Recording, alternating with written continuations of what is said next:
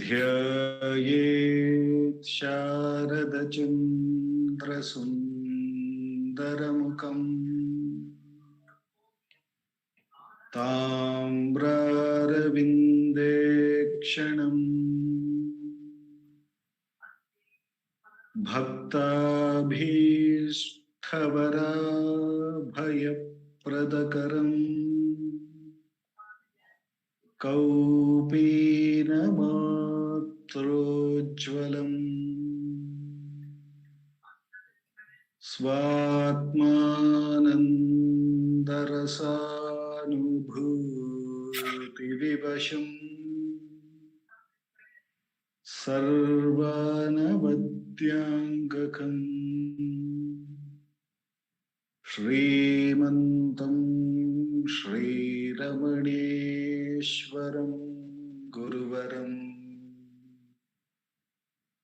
योगासनाध्यासितम्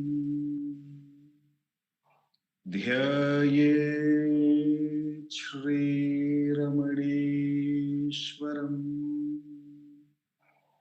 ध्यायेत् श्रीरमणेश्वरम्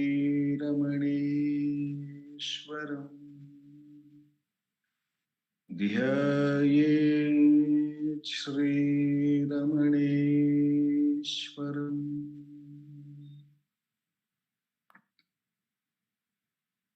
हृदयकुहरमध्ये केवलं ब्रह्ममात्रम्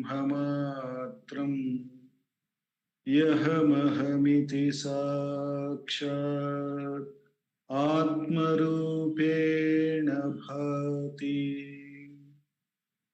हृदि विषमनसा स्वं चिन्वतामच्युतावत् पवनचलनरोधा आत्मनिष्ठो भवत्वम्। Namo Ramana.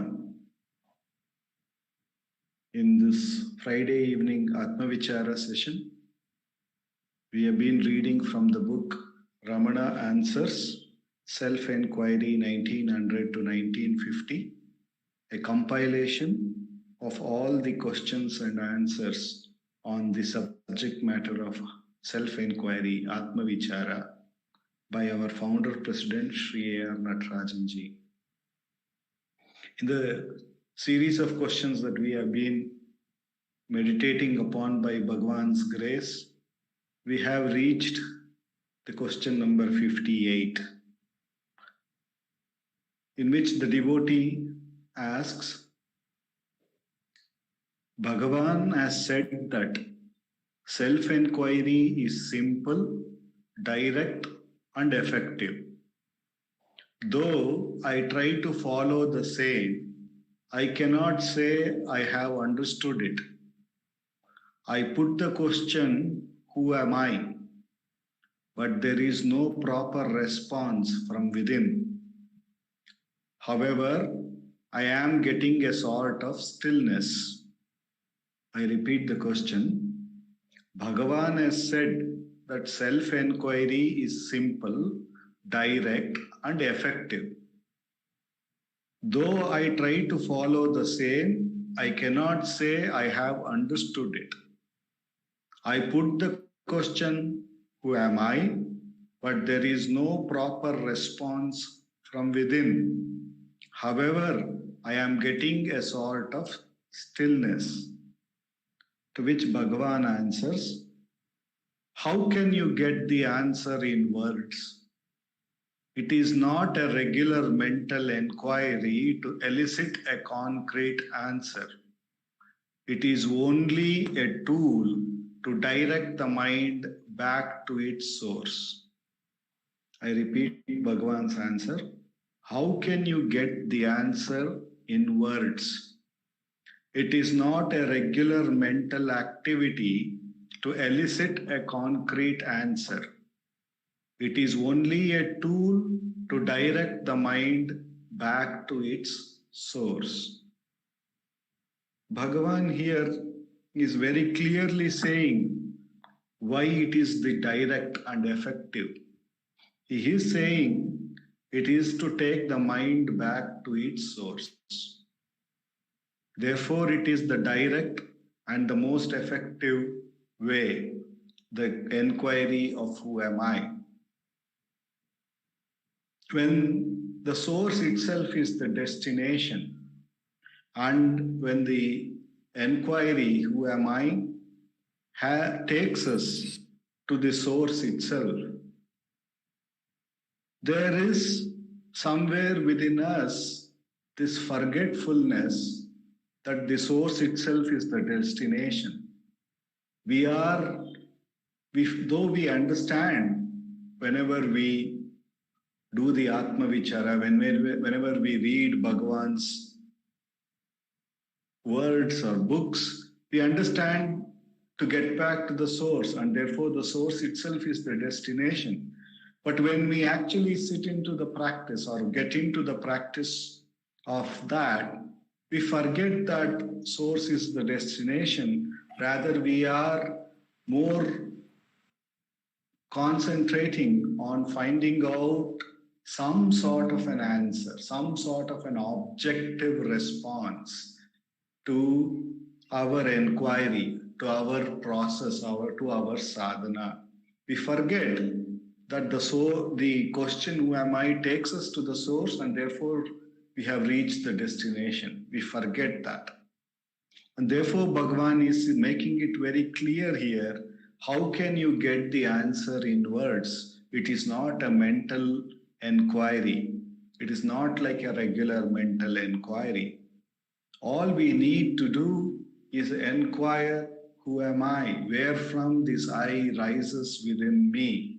Or what do I really refer to as I within me? If our inquiry is keen on finding out the source of the I, or where from the I rises, or what do I refer to as I, if we are keen on the source, then who am I takes us to it and makes us be there. And therefore, there is no need for any sort of an answer. There is no need for any mental activity. Even if we read Bhagavan's death experience, which he has explained, he says the whole process happened without any mental thought process. It was a vivid revelation, sort of a thing that happened to him, that became very clear that this body, this mind, or this body is going to be taken to the cremated ground and cremated, but I am very much there to see the whole process. It became very clear. That is the idea behind this inquiry of who am I, to see what is that which is always present, which is always aware, which is, because it is the truth and it has to be present at all the time. Therefore, if we keenly inquire what is that which is always there, who is aware of this question, who am I also? And when we inquire that way, try to go to the source, then we have reached the destination. Then we have reached that very thing that we are looking for. Otherwise, we are still dealing with this entity which is always dividing everything. When there is only the source, it has made it sort of become something else. When everything is only the self, it has made something to be non-self. It has made something to be achieved by doing something. It has created a division, a continuous division, and we are holding on to that which is continuously dividing, and we are hoping that that will reveal the unity which is there. But it continues to divide, it continues to doubt, it continues to question, it continues to look for something outside. Whereas Bhagavan is asking, to whom is this? Who am I? And try to go to the source. which is the undivided truth at all time, which alone is at all times. So by inquiring who am I, Bhagavan is saying that this is the simple, direct, and really the effective way to get back to the source, which is the destination too. And by being there, all the misery is gone. All the so called illusory misery that we assume by holding on to this entity which continuously divides, and divides, by holding on to that entity, as real and believing that entity will realize the truth one day, we are continuously feeling that we are far away from the destination, which in reality is not so. Therefore, Bhagavan says he doesn't give any answer in words. He has put the question and left us with that, there, so that we can inquire every answer that comes, because the answer is only a mental thought. And with that mental thought, if we hold on to that we have understood, we have not gone back to the source. We are continuously holding on to that first person entity, which has first division that has rise, which is the I. By inquiring every thought, by inquiring everything, we are taken to the real source. Therefore, Atma Vichara is relentless. It relentlessly takes us back to the source. It doesn't allow us to hold on to any objective form of answer. It takes us to the real subject. It takes us to the real source. Such is this direct and most effective path of Atma Vichara, with which we can be rest assured that our misery is all the assumptions that we have taken, all the concepts that we are holding on to, including the entity called I, which is the first division which has happened in this divisionless truth. Then Bhagavan says that it is assured that all of this will be absorbed in that one truth which alone remains at all times. Such is the beauty of this Atma Vichara, and therefore recognizing that it is the most effective and direct path, one should diligently, with full love, so that one has to get back to that self, which is one's own real nature. We should inquire for every thought that rises within us, and no matter what kind of thought that rises, no matter how many numbers of thoughts that rises, all we need to do is recognize that Bhagavan has said, when we put this question, to whom is this, followed by who am I? The who am I, when we inquire, trying to get to the source, it does take us to the source by the grace of the Master. And therefore, whether we reach the source either by effort initially and later on it turns out to become effortless when all the tendencies have gone. Either way, by putting this question, who am I? We have to recognize that we are holding on to the grace to get back to the source, and therefore we have also reached the destination. And with that clear understanding, we see that this questioning of who am I is a great opportunity to get back to the source or get back to the destination as a spiritual sadhakas that we are looking for. With the immense grace of Bhagavan, for the next 20 minutes, let us do Atma Vichara.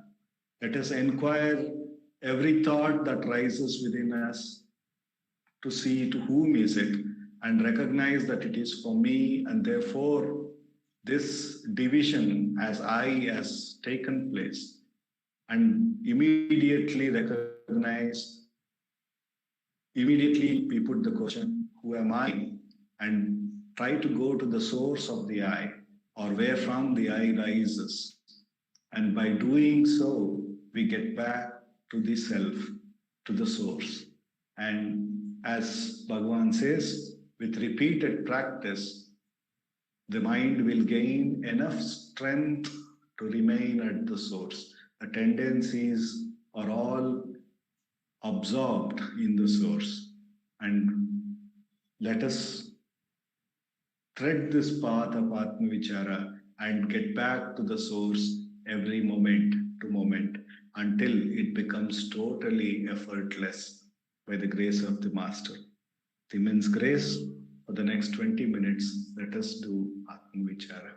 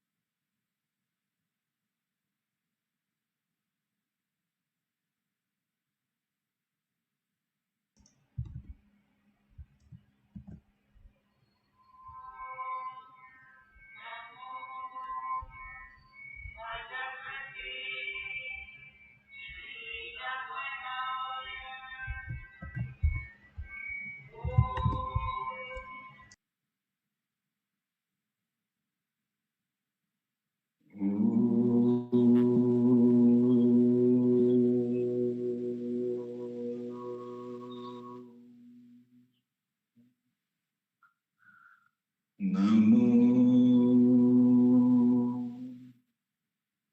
Bhagavate Shri Ramanaya.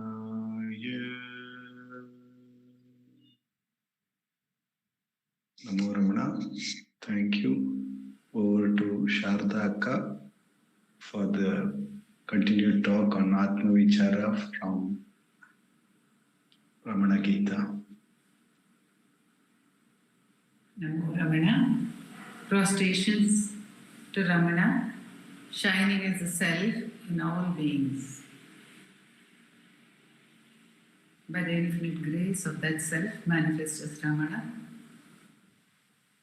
we are dwelling upon the practice of self-inquiry from answers to questions regarding self-inquiry, which have been compiled by Sri R. Natarajan, Bhagavan's answers to questions through the period from 1900 to 1950.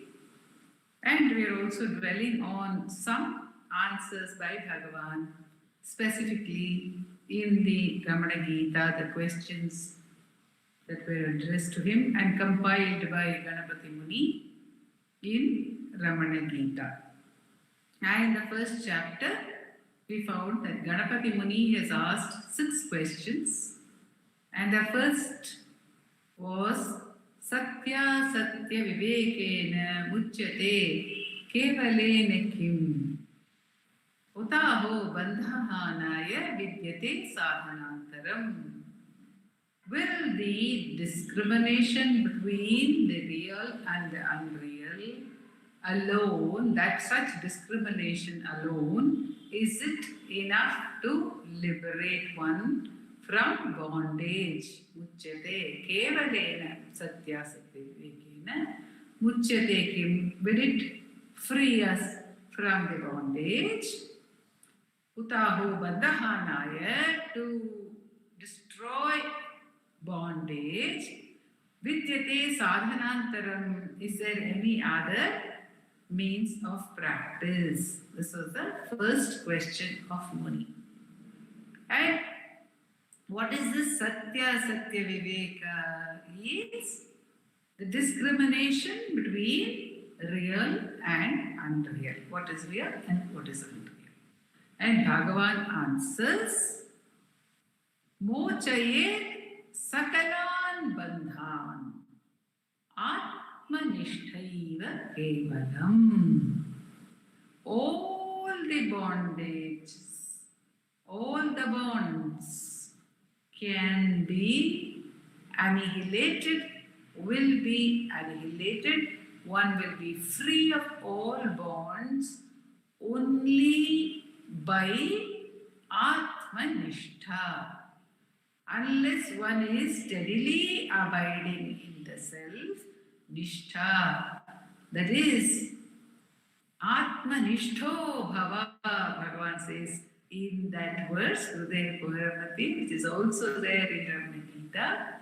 So here he is saying Atmanishtaiva, by Atmanishta alone, Atmanishtaiva Kevalam, only by that, all bondage will be removed, destroyed. Mochayet, one will be freed from all bondage. Mochayet sakalan bandhan. There may be a few bonds which get released through other practices. But unless one is steadily abiding in the self, the entirety of bondage will not be removed. This is Bhagavan's conclusive statement, because Muni has said, Nirnayaktaye, give me conclusive statements. Then what about Satya Satya Vivekam? So Bhagavan says, Satya Satya Vivekam tu prahur vairagya sadhan. Satya Satya Viveka will give vairagya. It leads to dispassion. Why does it lead to dispassion? It leads to dispassion because one keeps on putting away that which is unreal. But then, as the person asked in today's question, by putting away that which is unreal, will we be experiencing the real? By telling ourselves this is not real and this is real, will we be experiencing the real? We will not be doing so, because there will be the one who is making this discrimination. So what is the discrimination? The discrimination is between the real and the unreal. So how do we discriminate between the real and the unreal? One of the factors is the nitya anitya. That which is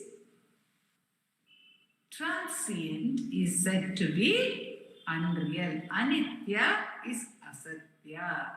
Anitya, that which is not permanent, that which comes and goes, is also seen as untrue.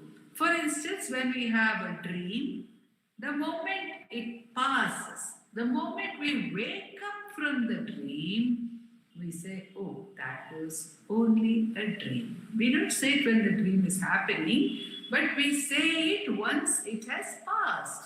Because it is now not nitya, it is not permanent. And we believe that the waking state is permanent and the dream state only came and went away. And because it went away, it is a mere dream, anitya. That which is not permanent is also not the truth. By definition of what do we say is the satya, what is the truth? What is reality? What is real? Is that which ever is. So everything which changes, everything which passes is by definition unreal. So we can say that the body is unreal, it changes, it passes away. And it disappears every day. In the dream, the waking body disappears. In deep sleep, both the waking and the dream body disappear. So they disappear, the body disappears every day in our experience. Therefore, it is anitya and it is asatya. It is not the truth of my own nature. What about my mind? The mind also rises, it also sets, it disappears. Every thought disappears. Therefore, none of the thoughts can be the truth about my nature. It is not the truth. It is not the satya. It is not my real being. This is what we understand. The other point that distinguishes the satya and the asatya is the fact that the asatya is not only passing, it is also a relative truth. It is like the light of the moon. It is not independent. It is not its own truth. It is a dependent reality. It is not independent.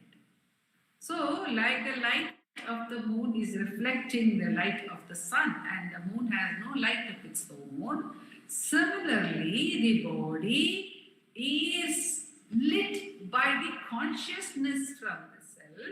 And when there is no consciousness, when the consciousness leaves, as Bhagavan Ramana saw the death of his father and said, the consciousness has left. That which was my father has left from the body. He recognized when he was a boy of 12. So when it is dependent for its own reality, for its own existence in a way, on something else, that something else is called the satya, and that which is dependent is called asatya. It passes away. So it is asatya, it is anitya, and it is relative. It is temporary and it is relative. So the body, we can say, is dependent on the consciousness. We can say all the thoughts are dependent on the thinker. So none of the thoughts are the truth. They are all relative. What about the thinker himself? Is the thinker an absolute reality? The thinker cannot be an absolute reality because there is a thinker. You can say somebody is a thinker only if there is a thought. If there is no thought, what happens to the thinker? There cannot be a thinker when there is no thought. There cannot be an experiencer when there is no experience. There cannot be a perceiver when there is nothing to perceive. And there is no perception. So, in deep sleep, there is no thinker, there is no experiencer, there is no perceiver. So, we can see that the perceiver, the thinker, the experiencer are all not true. They are asatya. This we can understand logically. But by understanding it logically, do we have Atmanubhava? We do not have Atmanubhava. We only understand it logically. When I say this mind of mine is not true, the thoughts are not my true nature, who is saying this? When I even say the thinker only is not true, who is saying it? The thinker herself is saying it. That entity herself is saying that she is not the truth. Thereby, that entity is already affirmed. When I make any statement, when I make any thought, when any thought arises in me, I have already affirmed the existence and validity of the thinker.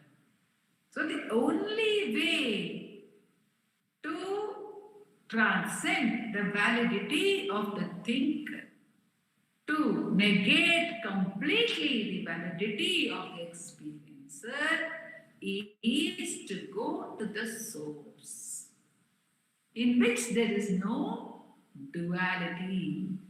As Dileep said, there also we will be expecting, we are expecting to experience something. We want to reach somewhere, we want to experience something. But who is to experience? Bhagavan says in Ashtakam, Kandavan yendrida, Kandanan yendrida karuthedavillai, Kandilan yendrida karuthedamaran. Kandanan, I have seen, yendrida karuthu ezhavillai. Such a thought did not arise. The thought, I have seen, yendrida karuthu, the thought, ezhavillai, it never arose in me. So the thought, I did not see. Where can that thought arise? There is no thought of seeing or non-seeing. There is no jnana or ajnana. There is no duality. There is no duality. Therefore, Bhagavan explains in the next verse of the same answer. He continues the same answer by saying that a jnani does not see that there is a world at all apart from him. So he says, Sada tishtati gambhiro jnani kevalam atmani. This atmanishtha, that atmanishtha is what a jnani is ever in. He is ever abiding in the self. Sada, always. Tishtati, he is stationed always. Gambhiro, in that very mysterious and powerful state of Atma. Sada tishtati gambhiro jnani. The jnani is always stationed in that deep state of Atma. Jnani kevalam Atmani tishtati sada. Kevalam Atmani, only in the self. The Jnani is always stationed only in the self. So one has to get back to that abidance. One has to practice the abidance, says Bhagavan. And he continues saying, Na asatyam chintayet vishvam. The Jnani does not think the world is unreal. So, when we think the world is unreal, when we declare the world is a dream, that means we are not at that point of time abiding in the self, but we are practicing a viveka that will give us dispassion, vairagya sadhanam. It will give us dispassion because without dispassion, we may not turn back and abide in the self. We don't know the value of the self. We know the value of objects. We have been conditioned through, we do not know how long, a period of externalization to appreciate duality, to appreciate objects. And therefore, we are taught the Veda Bhava, the Veda Buddhi, the Dosha Buddhi. We are taught to see the negative part. We are taught to see the unreality of the world because we have thought it is real. We think it is real. It means so much to us. Even when we are seeking the self. So Ganapati Muni has asked one of the questions that if I get Atmanishta, will my desires also be fulfilled? That is the extent to which the world and the objects and the body is real and meaningful, and we want to sustain these. We want to sustain our relationship with this. Therefore, to inculcate the distaste for this. How do we turn within? We can turn within if we have love for the source, if we have love for the self. But it becomes a sort of a catch-22 situation because we don't have love for the self, so we don't turn within. We don't turn within, so we do not experience the self. We don't experience the self, so we don't have love for it. So what do we do? So there is a method which is taught to us that, okay, if you don't experience the self, at least have distaste for the objects. The more distaste you have for the objective knowledge, the more you will think, oh, it is important for me to get back to the self. It is vairagya, they say, comes on different occasions. There is smashana vairagya. There is prasava vairagya. A woman is said to have ultimate dispassion after experiencing the severest, it is said, the pain of delivering a child. But then, when she sees the child, when she fondles the child, then that pain goes away. What about the smashana vairagya? The smashana vairagya when somebody dies, and today the whole world is a kind of a crematorium. So many died, we know it. There is the background thought of death, there is fear. And perhaps that may drive our mind inwards to some extent. Bhagavan's mind was driven inwards, it says, by the intense fear of death. But when it is somebody else's death, that fear is not very strong. Even when it is the death of a near and dear one, It is more of sorrow and self-pity for oneself rather than the enquiry. Okay, this body too is going to meet the same fate. Who is the real person, the real, not person, the real being? Who is it who is saying, I? The body will desert me. Who is saying, I? That vairagya does not become strong. So, to cultivate it, to cultivate that vairagya, satya, satya, viveka is used.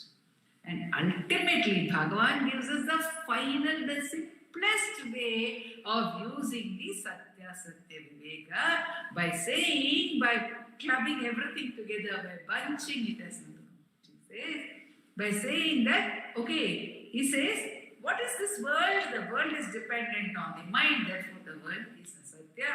The mind is only a set of thoughts. The thoughts are dependent on the thinker. Therefore, the entire set of thoughts is asatya.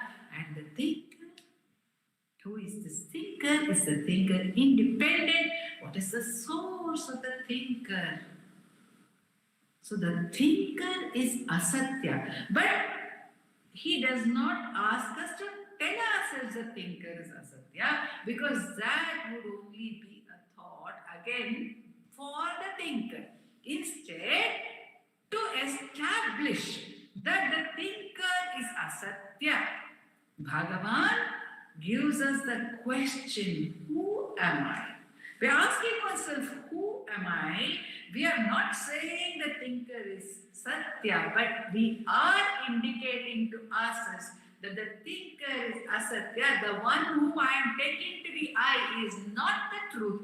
Therefore, I am asking myself, who am I? But I am not denying it or affirming any other identity. And by that process, I am able to experience the real nature reveals itself, and then says Bhagavan, na asatyam chintayet vishwam. The person, the jnani, does not think the world is unreal. Why? Nava swasya tad anyatam. He does not see a world as apart from himself. He does not see a world at all as apart from the self, to say that it is unreal. So this Satya Satya Viveka can arise only when there is duality. When the self is all encompassing and experienced as all encompassing, then there is no question of something being unreal. Because there is nothing apart from the self. That is what Bhagavan says. This is only a matter of practice. It is an intellectual practice that will support our inquiry and can be used as a support in the process of who am I, by recognizing that the I itself is not true, and thereby everything else that is dependent on the I is not true, and therefore one should look into the source, the true source of the I, and abide there, and such abidance alone will bring the release. By the immense grace of the Master, we have been brought to his feet, to this path, to this recognition of the fact that everything that is dependent on the illusory I is illusory because it is dependent on the illusory I. And all that we need to do is to seek the true source of this illusory I. And then it will also be engulfed in that truth, and the truth alone will shine forth. Om Namo Bhagavate Shri.